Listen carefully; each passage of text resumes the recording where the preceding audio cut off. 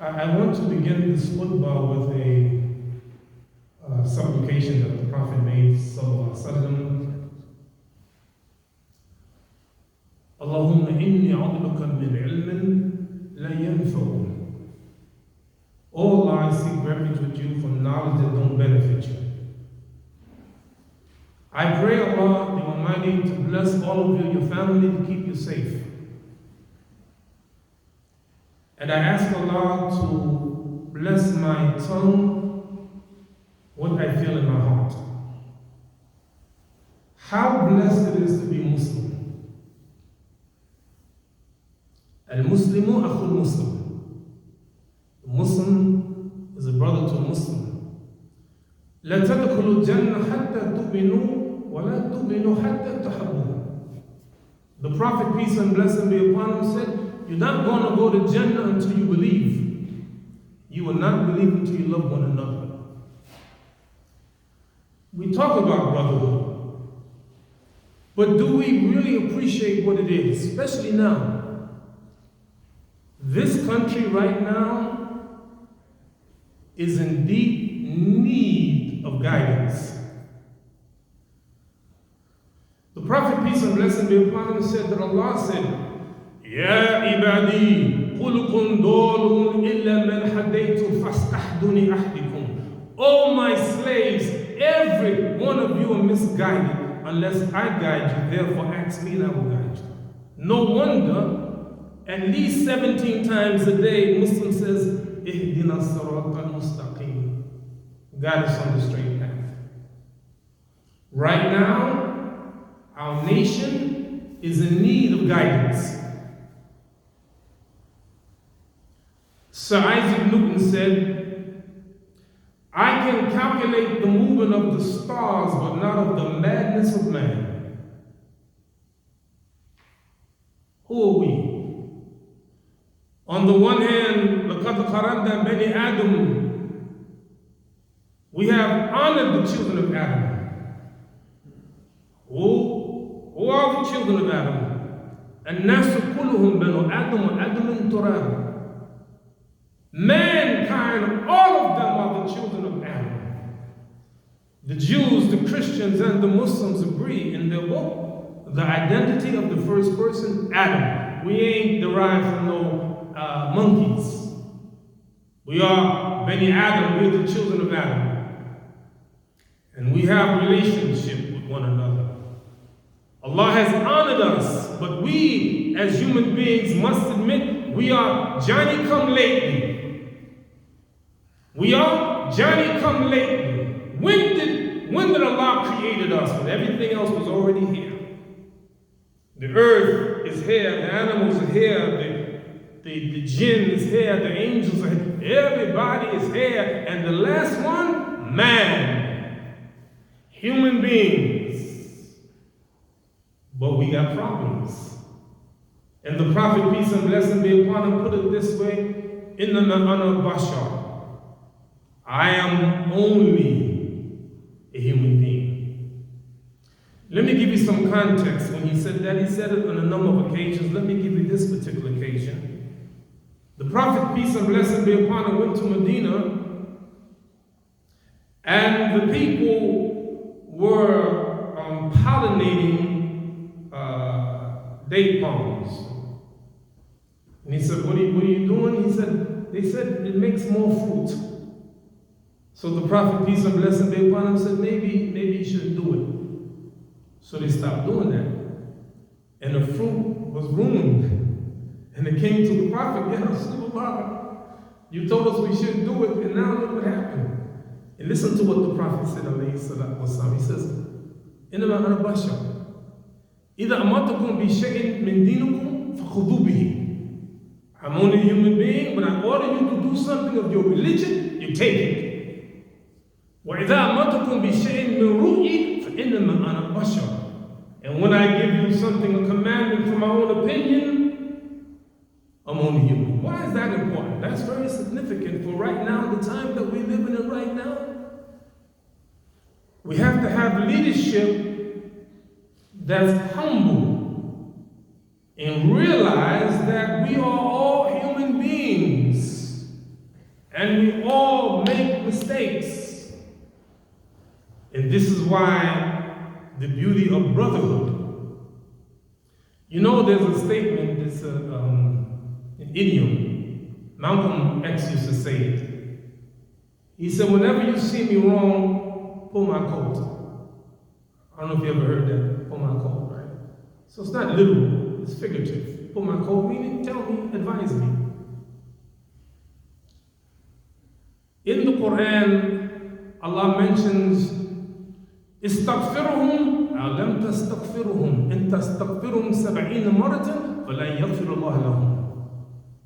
Ask for forgiveness for them or do not ask for forgiveness. If you ask for forgiveness 70 times, Allah is not going to forgive them. Who? Allah is speaking about the munafiqeen.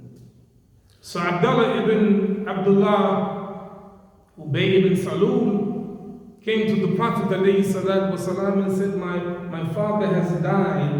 Can I use your khamis, your shirt, to shroud my father? And the Prophet ﷺ, he gave him his shirt. And then he said, can you make Salatul Janazah? Can you lead the Salat for my father? So the Prophet stood up to get ready to make the Salat. But Umar, radiallahu anhu, subhanallah, do we love Umar? Abdullah ibn Amr ibn al-As asked the Prophet ﷺ, Ayyun nas ahabbu ilaykum? Which of mankind do you love the most? He said, Aisha. Min al-rijal, among men, Abuha, her father, Abu Bakr. Thumma men, thumma Umar. Love is not the same degree. Sometimes you love some people more than you love others. Aisha, Abu Bakr, Umar. So when the Prophet went to go lead Salatul Janazah, فَأَخَذَ بِثَوْبِ رَسُولُ اللَّهِ صَلَّى اللَّهُ عَلَيْهِ وسلم, Umar grabbed the thawb of the Prophet. Ya Rasulullah, tusalli alayhi, وَقَدْ نَحْكَ رَبُّكَ أَن تُصَلِّ عَلَيْهِ. Who asks forgiveness 70 times or not? Allah is talking about munafiqeen, the hypocrites. And this man was a known hypocrite. And Umar grabbed the thawb of the Prophet and said, Allah has prohibited you. And then the Prophet, he said, Umar, let me go. Allah has given me a choice. He said, Istaghfirhum, I'll let tastaghfirhum. Ask forgiveness or don't ask forgiveness. And I'm going to ask more than 70 times. So the Prophet, he stood up and he made Salatul Janazah. Soon after that, Allah revealed never to pray for them nor stand at their grave. What am I saying that? Umar was a man, alhamdulillah, he had taqwa of Allah subhanahu wa ta'ala, and he was a man who had opinions about things, and he would express his opinion to the Prophet, peace and blessing be upon him. We're human beings. I don't care if you're the President of the United States of America. I don't care if you're Supreme Court Justice. If you are the general, if you're the head of the CIA, whatever position you are, if you imam, if you rabbi, if you minister, you human being, make mistakes. Be humble. And if you are a true believer in Allah subhanahu wa ta'ala and you fear Allah, then you have to give nasiha to each other. أَنَا مُتَحَبُّونَ بِجَلَالِي. We are those who love one another. For my glory, Allah asks the question, where are they? We love one another. Then if you love one another, you have to give nasiha to your brother. I want to give an example of something happened in London about 25 years ago. There was a family that I would stay. In those days, I used to stay at people's houses. So I stayed at this brother's house in London. And one day he said, Imam Siraj, I want some advice from you. I said, sure. He said, I work in a bank. What's your advice? Should I work in the bank or not? I said, first of all, I don't give fatwa. I'm just a little guy. But I can give you some advice. I said, most likely, if you ask a scholar, they will say, وَلَا تَعَوَنُوا عَلَى الْعُدْوَانِ. Do not help one another in ithmun wa udwan. Don't help each other in sin. They probably would quote this verse from Quran. I'm not giving you fatwa, but if I gave you advice, I would say try to find another job. He said, Imam, I make good money. I make good money working for a bank. And that was my advice, not fatwa. I stayed away from England for years, and I came back maybe 5 years later. And I saw this brother, the same brother. He said, Imam, you remember me? I said, sure, of course I remember you. He said, 5 years ago, Imam, you gave me some advice, and I followed your advice. I left the bank, and I went into business for myself.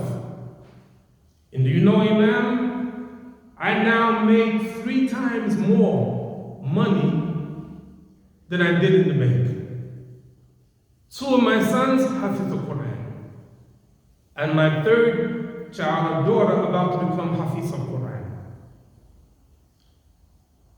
I gave nasiha. I gave advice. We have the obligation to help one another, to pull each other's coats, to remind each other. Because you know why? We're only human. We make mistakes. Can I tell you something about human beings? We always make mistakes. But I'm going to tell you something about Allah subhanahu wa ta'ala. No matter whatever you do, I don't care how haram it is, Allah will always ask you the question, why did you do it? Let me give you an example.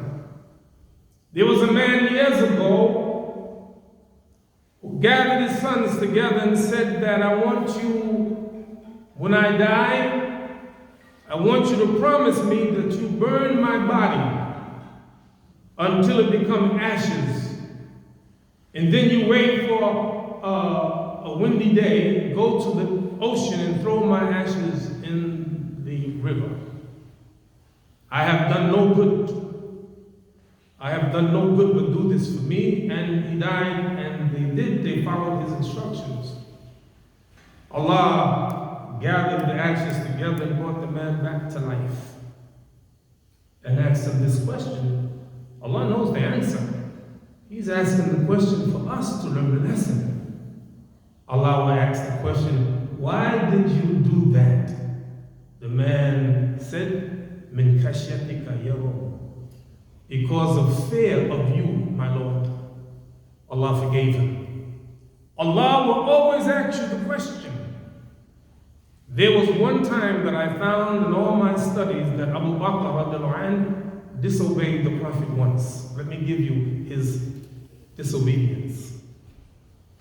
The Prophet was away, and they let Abu Bakr lead the Salat. So Abu Bakr is leading the Salat. And while he's praying, here comes the messenger Muhammad alayhi salatu wasalam, and the people started clapping. And Abu Bakr looked around, and behold, it was the messenger of Allah. And so Abu Bakr is about to get into the ranks, and the Prophet bade him to stay.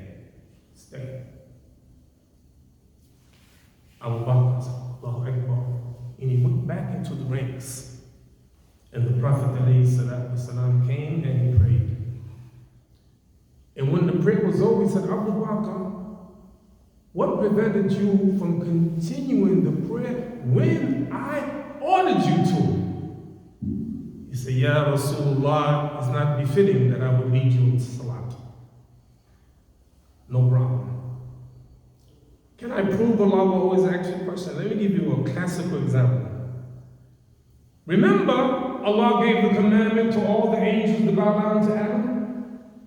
And every angel bowed down, but there was one creature, jinn, called Iblis. He didn't bow down when Allah ordered him to. What Allah said, مَا مَنَأَكَ أَلَا تَسْجُدَ إِذْ أَمَرْتُكَ. Why didn't you bow down when I ordered you to? Allah will give you an opportunity. You have a good answer for it? What's your answer? أَنَا خَيْرٌ مِنْهُ. Wrong answer. I'm better than him. You created me of fire, him you created of mud. he will always ask you the question, why? We're human beings, we make mistakes. So if the Prophet, peace and blessing be upon him, would say, I'm only human, who are you? Who are you? You're the head of, you got this great big business, the head of the organization, you're the president, you what? You're the prime minister, you what? You're the leader, you what? You're the general, what are you? You're a human being, you make mistakes. So you need people around you who will pull your coat. Alhamdulillah Rabbil Alameen.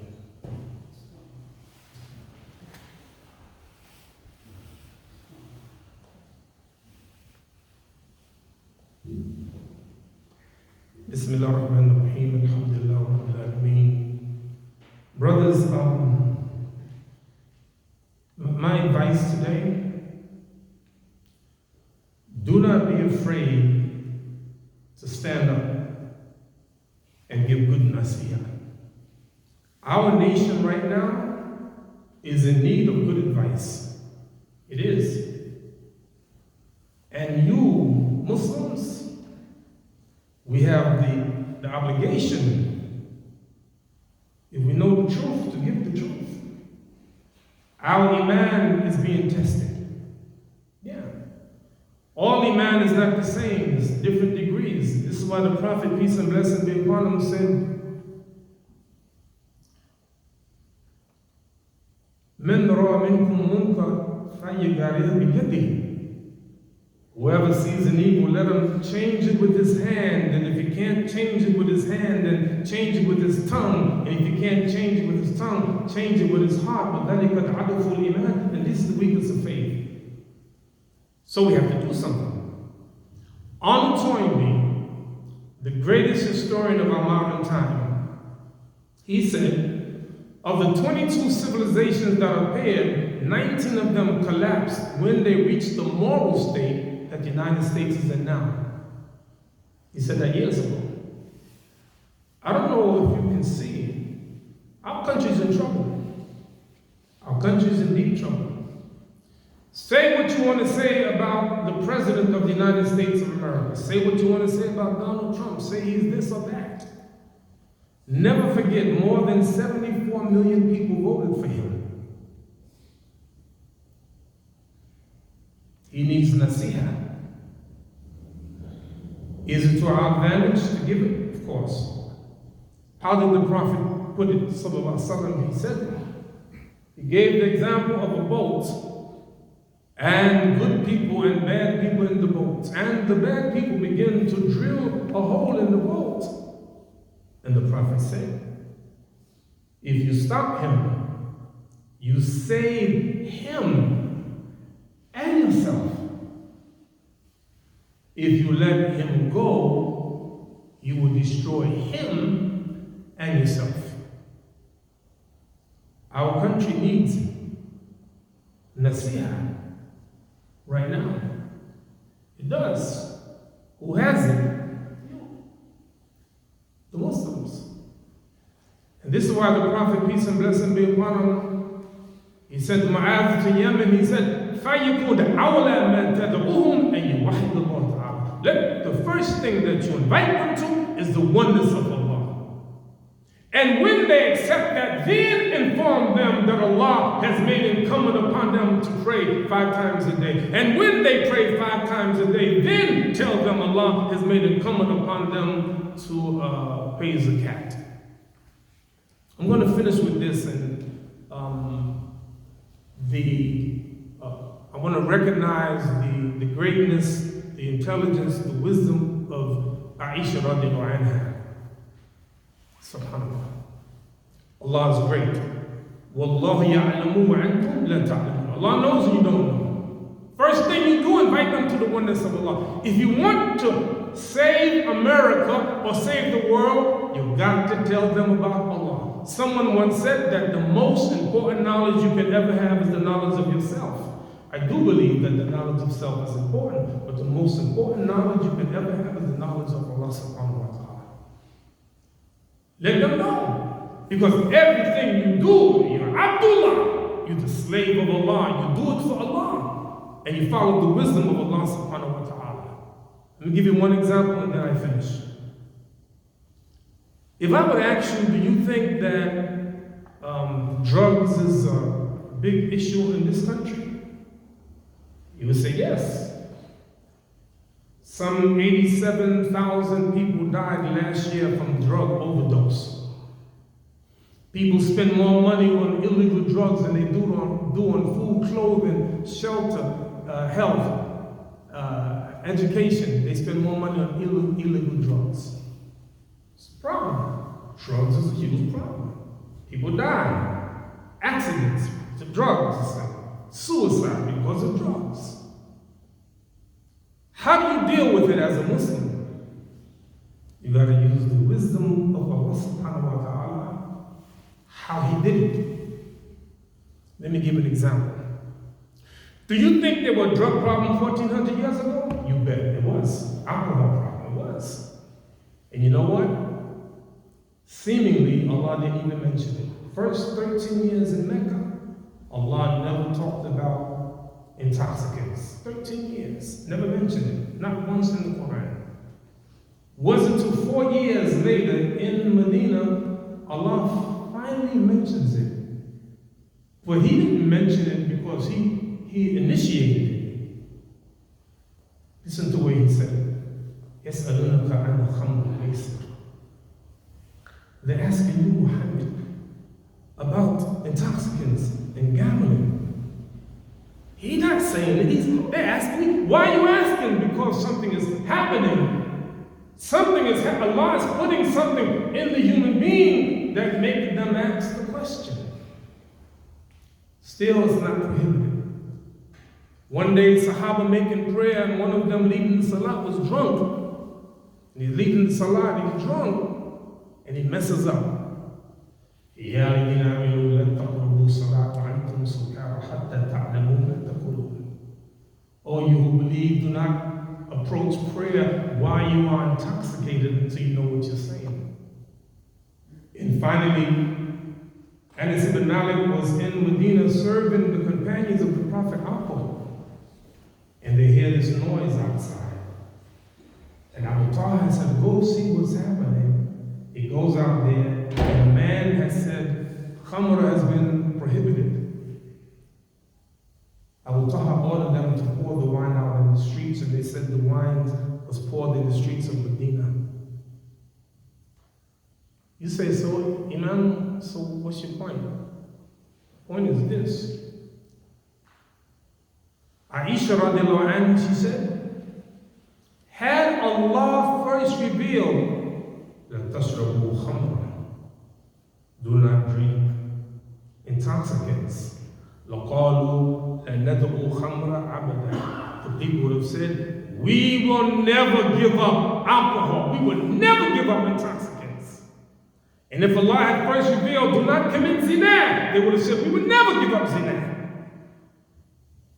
And in the beginning, the verse is about the Yawm al-Akhir. And I said, SubhanAllah, the wisdom of Allah, and Aisha radiallahu anha recognized it. Let me give you proof. 1,000 years later, Aisha was right. Have you ever read the Constitution of the United States of America? I read it. I want you to go back, maybe today, maybe tomorrow. I want you to read the 18th Amendment of the Constitution of the United States of America. Came out 1920, 18th Amendment. You know what the 18th Amendment was? Prohibition. Alcohol cannot be produced, cannot be transported, cannot be sold. It is haram in America, 1920. In the Constitution of the United States of America, alcohol is prohibited. Prohibition, 1920, 18th Amendment of the Constitution of the United States of America. 13 years later, the 21st Amendment of the Constitution of the United States of America. 21st Amendment, 1933. You know what the 21st Amendment was? The repealing of the 18th Amendment. Because that's not the way you get rid of it. You see, Islam is not like, thou shalt not steal, thou shalt not kill, no. La ilaha illallah.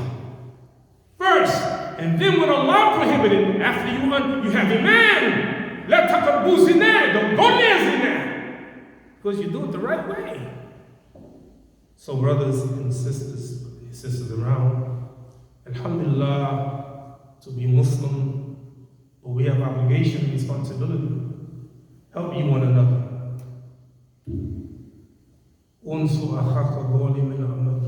The Prophet said, help your brother if he is an oppressor or oppressed. A man said, yeah, Rasulullah, I help him if he's oppressed. How do I help him if he's an oppressor? Stop him from the oppression. That's our job. So we ask Allah the Almighty to have mercy upon us. We ask Allah to guide us on Sirat al-Mustaqim.